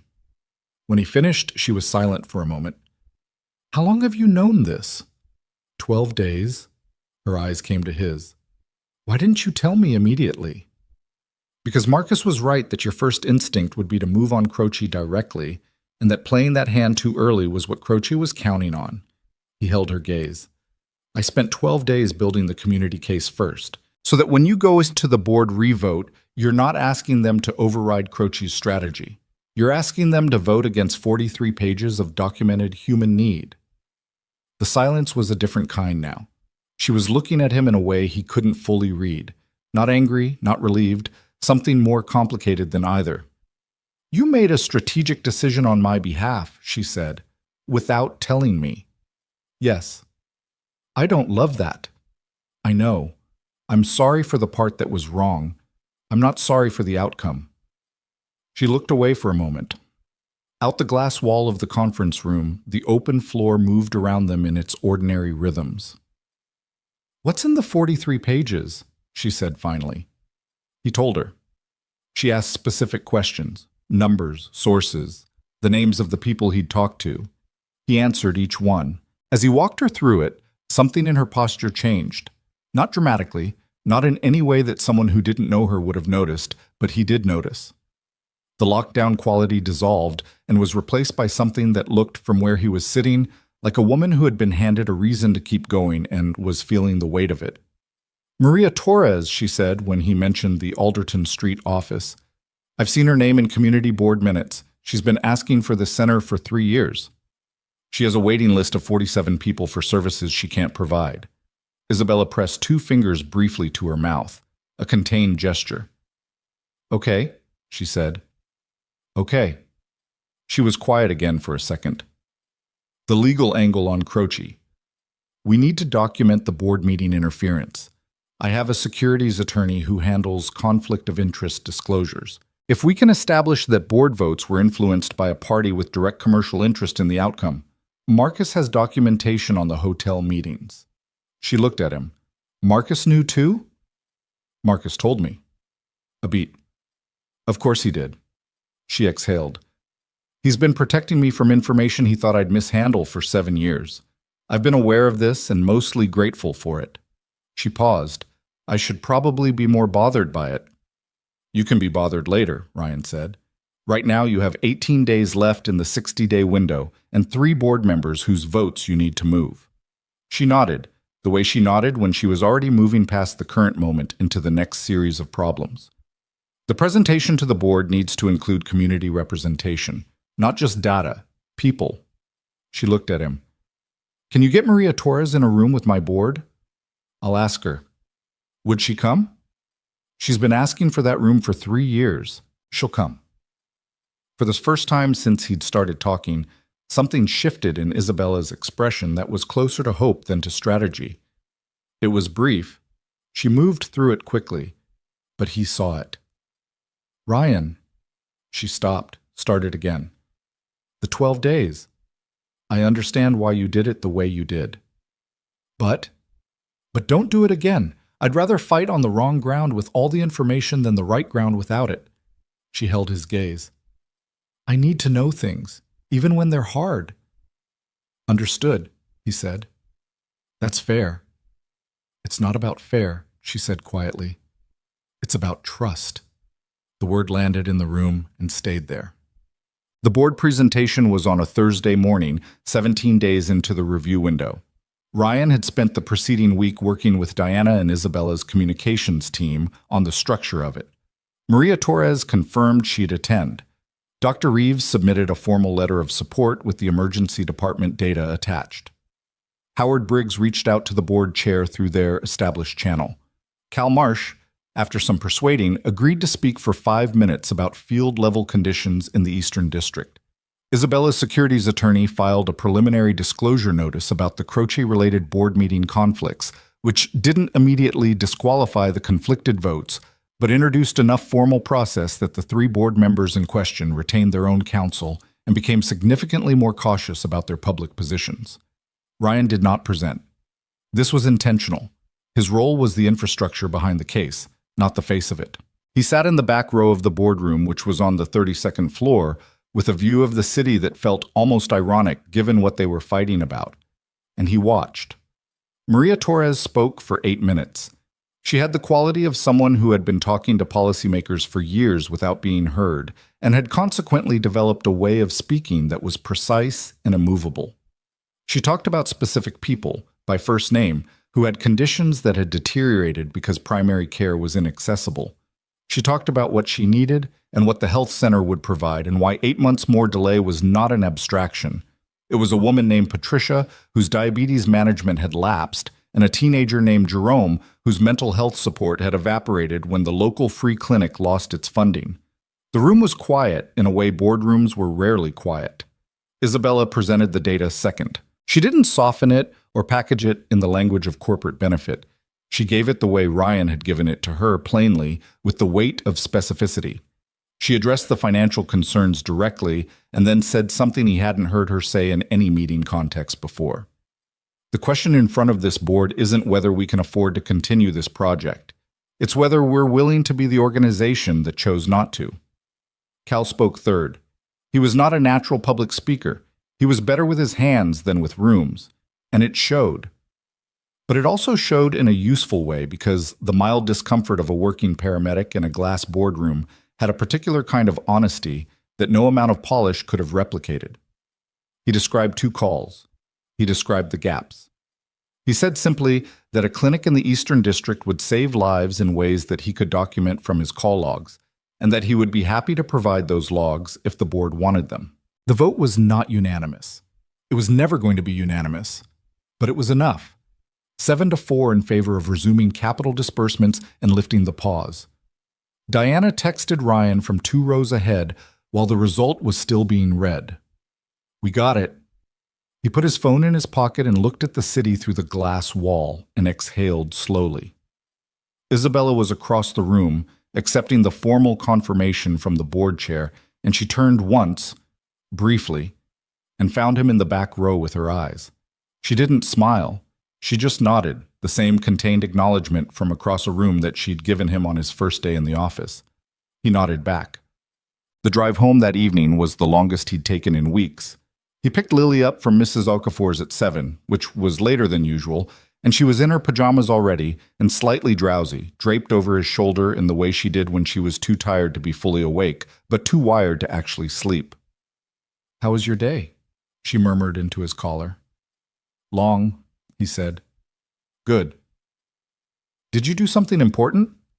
He thought about that. "I helped some people who deserved help." "Good," she said, with the satisfied simplicity of a child for whom this was a complete and sufficient answer. He put her to bed and sat in the kitchen afterward for a long time. He made tea he didn't drink.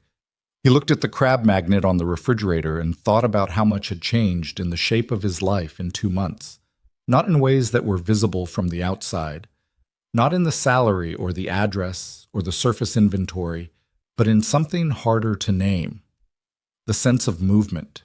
The specific engagement of working on something that mattered in a way he could follow through from his desk to a real place where real people would eventually walk through a real door. His phone lit up at 9:47. "I've been trying to figure out how to say this all evening, and I keep starting and deleting it, so I'm just going to send it before I delete this one too. What you built in those 12 days, the 43 pages, the community voices, the network you pulled together, that wasn't your job. It was above and beyond anything I hired you to do. And it made the difference. I know that. I want you to know that I know that." He read it twice.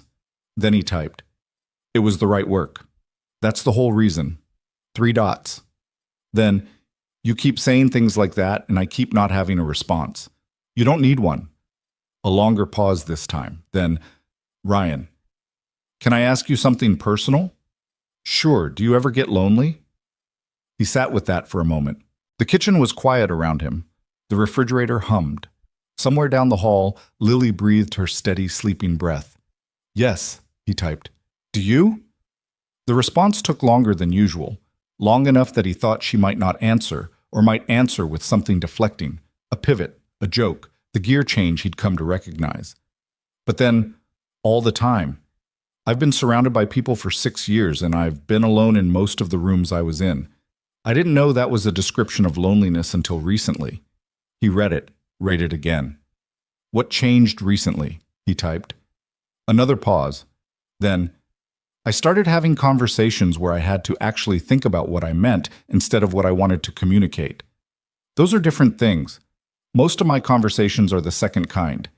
He understood this completely, which was itself something. "Yes," he wrote, "they are." He looked at his phone in his hand. Thought about a woman sitting somewhere in a city he could see from a 32nd floor, alone in whatever room she was in, saying something true because she had decided to stop deleting it. He put the phone on the counter and went to check on Lily one more time the way he always did before he slept. The covers pulled back down to her waist as predicted, the arm over the edge, the slightly open mouth. He fixed the blanket, stood in the doorway for a moment. He went back to the kitchen and picked up the phone. "You should get some sleep," he typed. "Tomorrow the construction resumes." "I know, I'm going to stand on that site in the morning." "In actual boots this time?" A beat. Then, "I have been informed by Marcus that proper site footwear is non-negotiable. Marcus is right about most things." "He is. It's occasionally insufferable." A pause. "Good night, Ryan." "Good night, Isabella." He put the phone down and stood in his kitchen in the quiet of a house where everything was the same as it had been that morning, and also somehow not, the way things shifted gradually and without announcement until you looked at them from a different angle and realized the shape had changed. He thought about 47 people on a waiting list and a woman named Patricia and a teenager named Jerome. He thought about what it meant to build something that would outlast the crisis it had survived. He thought about loneliness and the specific disorienting experience of finding someone who seemed to understand the shape of it without having been told the dimensions. He turned off the kitchen light. Through the window, the city held its dark and lit geometry, patient and indifferent. And somewhere in it, a billionaire in a room was deciding to stop deleting the honest things. And a single father in a kitchen was learning, for the first time in a long time, that not every kind of change was something to be managed carefully before it became something larger. Some of it you just had to let arrive. The construction resumed on a Monday. Isabella was there at 7 in the morning in steel-toed boots that still had the store sticker on the sole, which Ryan noticed and didn't mention. She stood at the edge of the site in the cold November air and watched the first crew move into position, and he stood a few feet away doing the same. And neither of them said anything for a while because there wasn't anything that needed to be said. The machines moved. The ground was broken again. That was enough. Marcus stood by the car at the street, giving them the particular courtesy of pretending to look at his phone. "It's smaller than I expected," Isabella said finally. Not disappointed, just recalibrating. From the architectural renderings, it seemed larger. "It'll feel different when the walls go up." "I know. I've built things before." She paused. "I've never stood and watched one start, though. I usually just see the finished product." He looked at her profile. The careful set of it, the slight tension she held in her jaw that he'd come to understand as concentration rather than anxiety. She was taking the moment in deliberately, he realized, making herself actually feel it rather than processing it as information and moving to the next thing. That was new, or newer than it had been. "You should take a picture," he said. She glanced at him. "Why?" "Because in 8 months you'll want to remember what it looked like at the beginning. The finished product is its own thing, but the start is when you know what it cost." She looked at him for a moment, then pulled out her phone and took one photograph. Not staged, not aimed at anything iconic, just the site as it was, a rectangle of turned earth and machinery and morning light. She put the phone away. "How's Lily?" "She's decided that if she can't have a fish, she wants a dog." Isabella's expression shifted into the warm edge he'd come to watch for. "That's an escalation." She framed it as a compromise. "She negotiated you up to a larger ask." "I'm aware. I've been outmaneuvered by a 6-year-old. Isabella looked back at the site. "She's going to be something," she said. "Whatever she decides to do." "I know." He said it simply, without the deflecting humor he sometimes used when the conversation moved toward Lily in ways that felt too exposed. He just meant it plainly, and let it be that. They stood there a while longer. The crew worked. The morning held its cold clarity.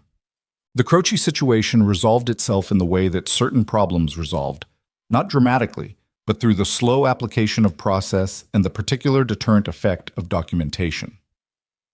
Isabella's securities attorney filed the formal conflict of interest disclosure with the board, which triggered a governance review. 2 of the 3 conflicted board members voluntarily recused themselves from any further votes related to the foundation project. The 3rd retained counsel and said nothing publicly, which was its own kind of answer. Croce himself never made direct contact. He was not the kind of person who made direct contact. But the pressure on the surrounding development projects eased in a way that Marcus tracked and reported, and which amounted, in practical terms, to a withdrawal. When the path to delay closed, the interest in creating delay dissolved with it. It wasn't justice, exactly. Ryan thought about that. The fact that a man who had spent months engineering obstacles to a community health center would face no real consequence beyond the failure of his strategy. The two board members who'd been influenced would continue serving. The machinery that had nearly killed the project would remain intact, available for future use against future things. He said this to Isabella one evening in late November, sitting in her office after everyone else had left, a habit they'd developed without either of them naming it, these end-of-day conversations that ran long and covered ground that wasn't in any job description. "It bothers me," he said, "that he just walks away." "I know."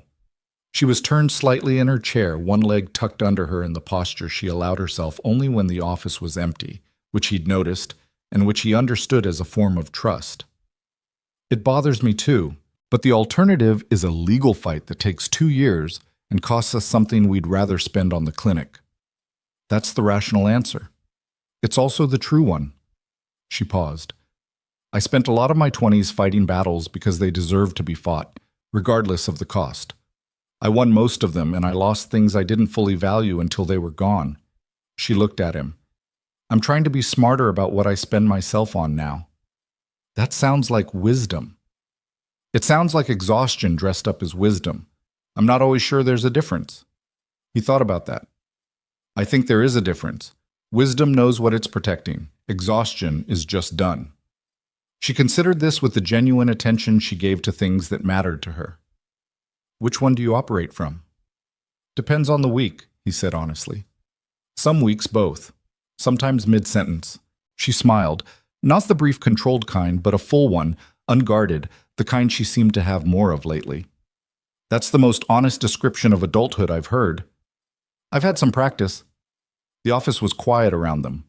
Outside the windows, the city had done its evening transformation into light, the particular beauty of a place you knew well enough to stop seeing and then caught again at the right hour in the right light. "Ryan," she said, in a tone that was different from her usual register, slightly careful, like she was measuring the approach. "Yeah. I need to tell you something, and I want to do it without it becoming a discussion about what it means before I've actually said it." He waited. "I've been thinking about what you said, about not spending yourself on the wrong battles, and about what you asked, whether I'm happy." She stopped, started again with the precision of someone who had rehearsed this and then discarded the rehearsal. "I'm happier than I've been in years, and I think a significant part of that is you, the conversations, the work, the way you talk to me like I'm a person who is capable of being wrong and worth talking to anyway." She held his gaze. "I don't know exactly what to do with that yet. I'm not good at this part. I know how to build companies. I don't know how to say the thing I'm trying to say without making it sound like a transaction or a strategy."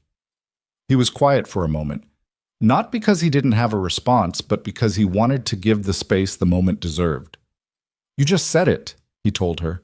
"That wasn't a transaction." It felt clumsy. "Clumsy things are usually true things," he said. "The polished version is almost never the real one." She exhaled slowly. "Are you going to tell me what you think, or are you going to be careful about it?" "I'm going to be honest about it," he said, which is different from being careful. He turned his chair slightly to face her more directly. "I've been in this room with you at the end of enough days to know that this isn't proximity. This isn't gratitude or convenience or two people thrown together by a situation." He paused.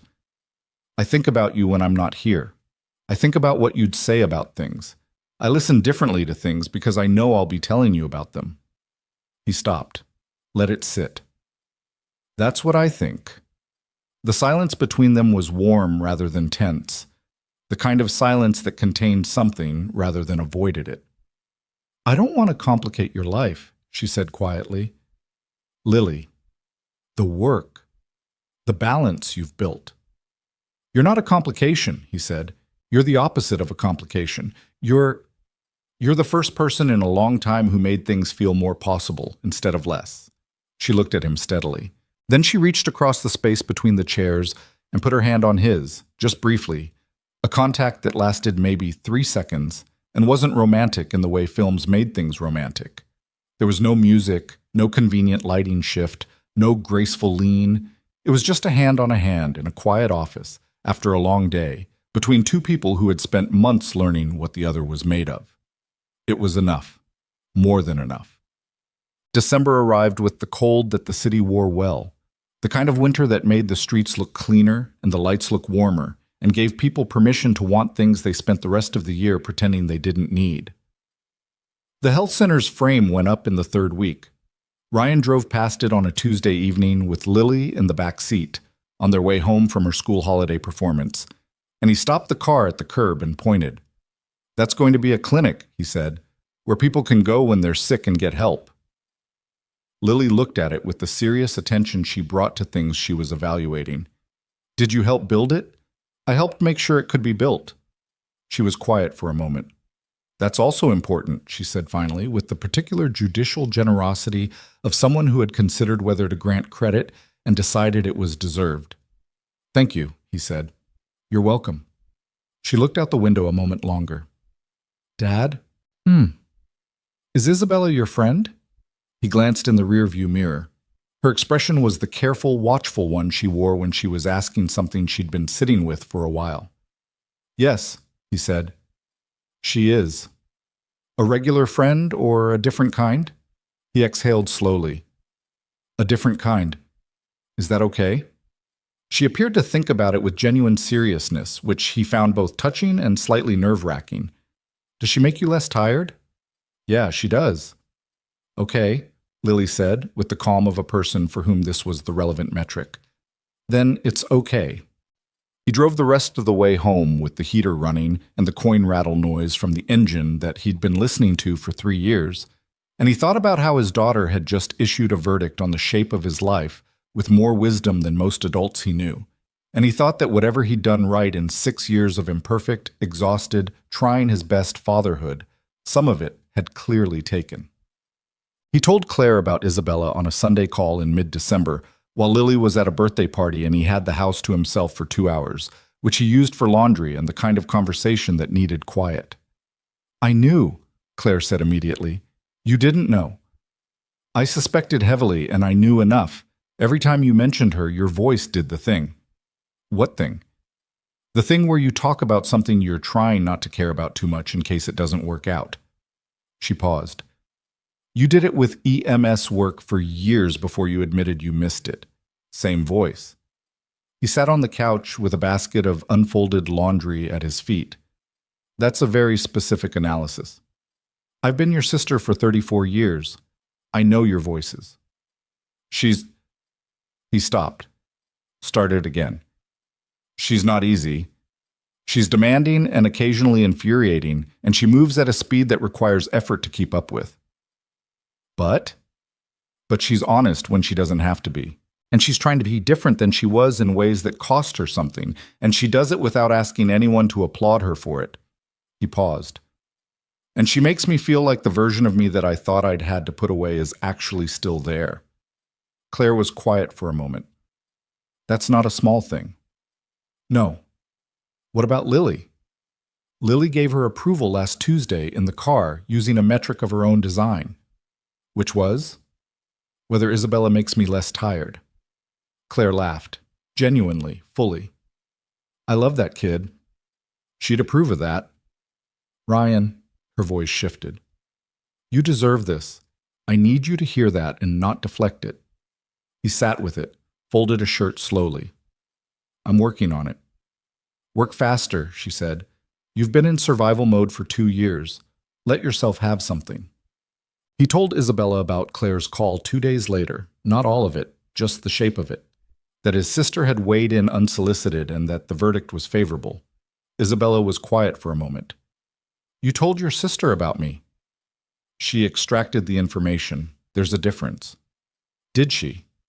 She identified a voice pattern. "Apparently I have one for things I care about, but am trying not to show." Isabella looked at him across the conference table, where they were supposed to be reviewing the soft opening timeline, which had been technically underway for 20 minutes and had not made much technical progress. "What does the voice sound like?" she asked. "Controlled," he said. "Careful." She was quiet again. Then, almost to herself, I think I have the same one. He looked at her. I know. She looked back. Is that obvious? To me, he said. Probably not to most people. Something in her expression shifted. The particular vulnerability of being seen clearly by someone and finding that you didn't want to look away from it. I'm not very experienced at this, she said. In the real sense. I've had relationships that were convenient and relationships that made sense on paper, and one that I ended because I realized 3 years in that I'd been performing closeness rather than actually having it. She paused. I don't want to do that again. You're not doing that. How do you know? Because performing closeness doesn't involve telling someone at 9:40 at night that you're lonely. It doesn't involve admitting out loud that you don't know if you believe in what you're building. He looked at her steadily. You've been real with me since the diner. It's been inconvenient for you, and you've done it anyway. She absorbed this. You make it sound deliberate, isn't it? A beat. Yes, she said quietly. I suppose it is. He reached across the table, not dramatic, not orchestrated, just a straightforward movement, and took her hand. She looked down at it, and then up at him, and she didn't move away, and that was all the answer either of them needed. The soft opening timeline, she said, after a moment, is in good shape, he said. 8 months is achievable. You haven't looked at it. I've been looking at it all week. He turned the folder around and slid it toward her. Page 4. The bottleneck is the HVAC subcontractor. Diana's on it. She looked at the folder, then at him. You're very annoying sometimes. I know. It's one of the things I... She stopped, smiled, turned to page 4. Basta. January brought the new year, and with it the first real test of what they were building personally, which came not in any dramatic form, but in the ordinary form that real tests usually arrived. A Tuesday evening, Lily sick with a fever, Ryan fielding calls from the foundation while monitoring his daughter's temperature from the couch. The balance he'd managed for 2 years suddenly squeezed from every direction at once. He called Isabella to push their standing Wednesday morning meeting. Of course, she said immediately. How is she? It's a fever, probably 24-hour. She's talking, which means she's fine. She went quiet for a while, and that's when I worried. What does she do when she's sick? Watches the same animated movie 3 times in a row and narrates it at me as though I haven't seen it. Which one? He looked at the television. The one with the elephant who wants to be a conductor. I don't know that one. You're not missing anything. I've seen it 11 times. He paused. She keeps asking for you, by the way. Silence on the other end. A brief, specific silence. Lily asks about me, Isabella said. She asks whether you've eaten. She has opinions about whether you take care of yourself. She asked me last week if you had a good coat. Another silence. Isabella stopped. That's very kind of her. She's decided you need looking after. I don't have any influence over this determination. It's been made.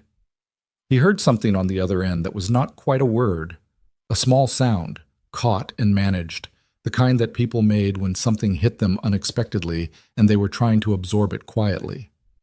Tell her I have a very good coat, Isabella said finally, and that I'll bring her something when she's better.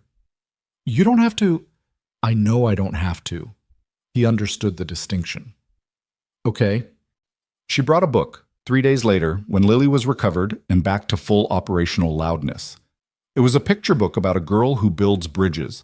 Not a famous one, not something from a best of list, but something Isabella had found in a small independent bookshop and clearly chosen with thought. It had annotations in the margins from a previous reader, which Lily found fascinating and spent 20 minutes reading aloud. Ryan stood in the kitchen doorway watching Isabella sit on the living room floor with his daughter, both of them leaning over the book, Lily explaining what each annotation might mean, Isabella listening with the complete attention she usually reserved for quarterly reviews. It was a completely ordinary scene, and it was the most undone he'd felt in years. He turned back to the kitchen and stood over the stove and thought about how the things that changed you most profoundly rarely announce themselves. They just arrived in the form of a woman sitting on your floor reading margin notes with your daughter, and you stood in a doorway and felt the architecture of your life quietly rearranging. The clinic's soft opening was on a Saturday in late August.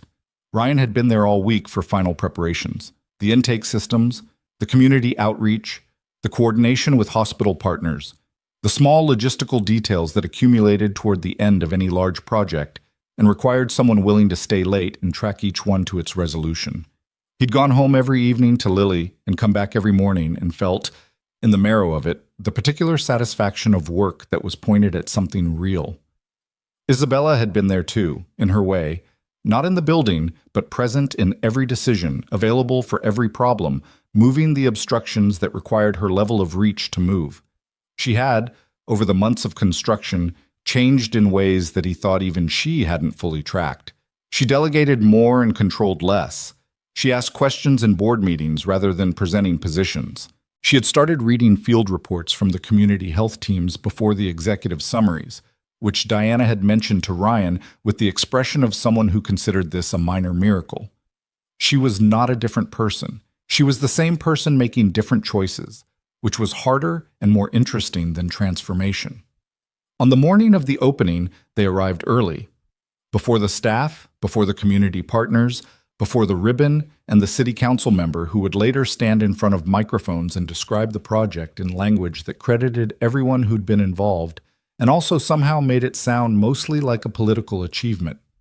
Before all of that, the building was just itself, clean and empty and waiting, smelling of fresh paint and new carpet, the morning light coming through the east-facing windows in wide, pale bands. Ryan walked the main corridor from the entrance to the intake area and stood at the reception desk and tried to imagine it full. Isabella came and stood next to him. "Patricia," she said. He looked at her. "Maria Torres called me last week." "Patricia?" "From the waiting list. She's signed up as one of the first patients. Her diabetes management has been stable since she started with a temporary clinic 2 months ago when we got emergency funding to extend their services." She paused. "She'll be here today." He didn't say anything. "Jerome is doing better too," she added. "He started with a counselor. He's 17. He's talking about community college." He put a hand on the reception desk and pressed into it slightly, the way you steadied yourself when something hit the center of your chest and you needed to keep standing. "You checked on them," he said. "I asked Maria. I wanted to know." She looked at the empty intake area, the chairs, the door that would open in 2 hours. "I wanted to know if we got to them in time." He turned to look at her. She was looking ahead, steady, composed, but holding something.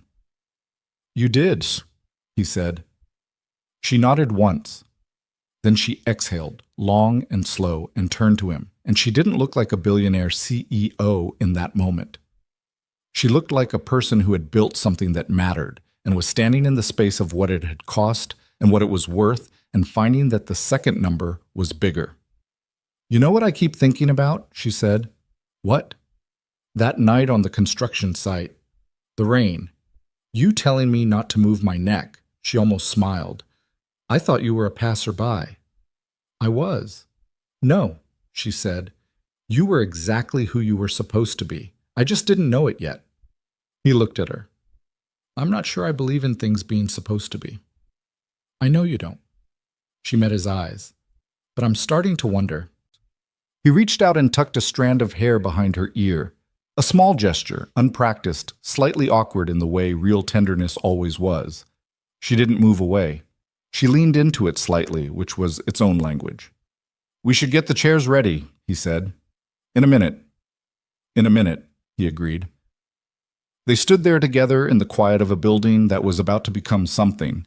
Not perfect, not finished, already carrying the seeds of a dozen problems they hadn't encountered yet. The HVAC was going to need attention by October. The parking situation was worse than projected. Dr. Reeves had flagged a gap in the mental health referral pathway that would require at least 2 additional counselors to address properly. Maria Torres had a list of families who needed services that the clinic wasn't yet equipped to provide. All of that was real. All of it was coming. But for a minute they stood in the morning light and let the building be what it was, evidence that 2 people from opposite ends of the world had stumbled into each other at the worst possible moment and had, slowly and imperfectly, and through a great deal of stubbornness on both sides, made something that would outlast the collision. The thing about lives is that they don't resolve cleanly. They don't reach a moment where everything settles into place and the questions stop and the work becomes easy. Anyone who has lived long enough and been honest about it knows this. The people who tell you otherwise are either selling something or protecting themselves from the knowledge that the struggle doesn't end, it just changes shape. Ryan Carter knew this. He'd known it for a long time. He'd built his whole way of moving through the world around the understanding that stability wasn't the absence of difficulty, it was the capacity to meet difficulty without falling apart. What he hadn't known until recently was that this capacity could be shared, that you could find someone else who met hard things squarely and let them stand beside you and find that the weight distributed differently, that the same load felt lighter, not because it was smaller, but because it had two sets of hands. He hadn't known that because he hadn't let himself look for it. He'd been too focused on not needing it. That was the thing he'd gotten wrong. The single significant error in the long, careful management of his life. Not the job change, not the nights away or the tire or the towel in the window. Those were all correct decisions made in difficult circumstances. The error was smaller and harder to see. He had confused not needing rescue with not needing anyone. Lily had seen it before he did, from the back seat of a 10-year-old Honda Civic, with the unsentimental clarity of a child who loved her father clearly enough to tell him the truth. You don't ask for help enough. She was right. She was 6, and she was right. By November of that year, Ryan was splitting his time between the foundation and a part-time return to emergency medical work. Not ambulance shifts, not yet, but a partnership with Metro EMS's community training program that put him in contact with new paramedics and emergency responders in exactly the kind of practical education role that didn't require him to be away from Lily for 24 hours at a time. It was Howard Briggs who had brought him the opportunity, quietly, in the way that Howard did things. Presenting a fully formed option to someone he'd decided deserved it and letting them choose. He chose. The first training session he led, he stood in front of 14 new paramedic candidates in a converted classroom at the EMS training facility and felt something click back into place that had been slightly dislocated for 2 years. Not dramatic, not a revelation, just the specific alignment of a person doing what they were built for. He was not the same paramedic he'd been at 28. He was slower and more patient and had lost some of the electric certainty of youth, and in its place had something that he thought was more useful. The knowledge that certainty was overrated and that the most important skill in emergency medicine, as in most things, was the ability to stay present in uncertainty without letting it paralyze you. He tried to teach that. He wasn't always sure the candidates understood it yet. They would. Isabella bought the second apartment. Not for herself. She gave it to the foundation as transitional housing for healthcare workers doing residency rotations at the community health center. It was the apartment she'd bought during the period when she was making decisions with her net worth instead of her judgment, and this felt, to her, like the correct use for it. She mentioned it to Ryan at dinner on a Thursday evening. They had Thursday evenings now, a quiet domestic regularity that had accumulated without either of them formally proposing it. He looked at her across the table and said, "That's the right thing to do with it." "I know," she said. "I figured it out about 8 months ago. I was just waiting until I was sure I wasn't doing it for the optics." "And now you're sure?" "Now I'm sure." He nodded. He didn't say "I'm proud of you" because that had the wrong shape. Too parental, too much distance in it. What he felt was simpler than pride. It was the particular satisfaction of watching someone you cared about do something that cost them something because they'd decided it was right. He felt it, and he didn't say it, and she looked at him, and he thought she knew it anyway, which was one of the things that had changed between them. The growing grammar of what didn't have to be said. Lily was telling them about a school project on ecosystems, specifically the role of decomposers, which she had decided was the most important job because without them, everything would just stay broken forever. She said this with the conviction of someone who had given it genuine thought. Ryan looked at his daughter and thought, yes. He looked at Isabella, who was listening to Lily with the complete specific attention she gave to things she was genuinely interested in, one elbow on the table, chin in hand, asking a question about earthworms that made Lily erupt into the enthusiastic lecture of a child who has been invited to talk about what she knows. He thought about a stormy night on a road he wasn't supposed to be on, about kneeling in the mud, about a woman who believed everything could be solved with resources and a man who believed otherwise, and how they'd both been partially right, and how the truth was somewhere in the negotiation between the two. He thought about 47 names on a waiting list. He thought about Patricia and Jerome and the 14 paramedic candidates and the building on the east side that was open 5 days a week and had a waiting room that was full most mornings. He thought about his daughter, who understood decomposers and dragons and overdue library fines, and the governance of pigeons who had grown up watching her father carry everything alone and had decided, at age 6, to tell him to stop. He thought about how love didn't arrive the way anyone told you it would. It didn't come in a single moment of clarity or a declaration or the perfect sentence. It came in the accumulation of ordinary evenings and difficult conversations and the slow discovery that someone's presence in your life had become structural. Not decorative, not convenient, but load-bearing. The kind you couldn't imagine removing without the whole thing shifting.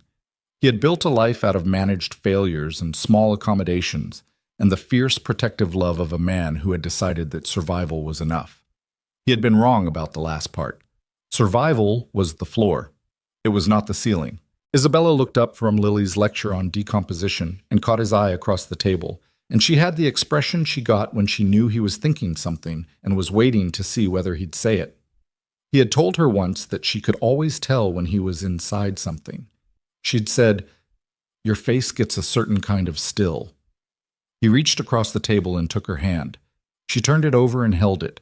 Lily continued explaining the nitrogen cycle, pausing briefly to look at the joined hands with the evaluative expression of a 6-year-old conducting an ongoing assessment, and then apparently concluding that the situation remained in compliance with her standards, turned back to her notes. Outside, the city moved in its ordinary way, indifferent and continuous, and full of people trying to build things that would last, and people trying to survive the night, and people carrying weight they didn't have to carry alone but hadn't yet figured out how to put down. Some of them would figure it out. Some would find, as Ryan Carter had found, that the thing you spent years protecting yourself from was not the danger you'd imagined. That opening a door was not the same as losing a wall. That trust, extended carefully and to someone who deserved it, didn't cost you the self you'd worked to protect. It gave you a fuller version of it. Some would find that the world, despite its considerable evidence to the contrary, occasionally delivered exactly the right person to exactly the wrong road at exactly the right moment. Not because it was destined, not because the universe was arranged in anyone's favor, just because it happened, and because when it happened, they were paying attention.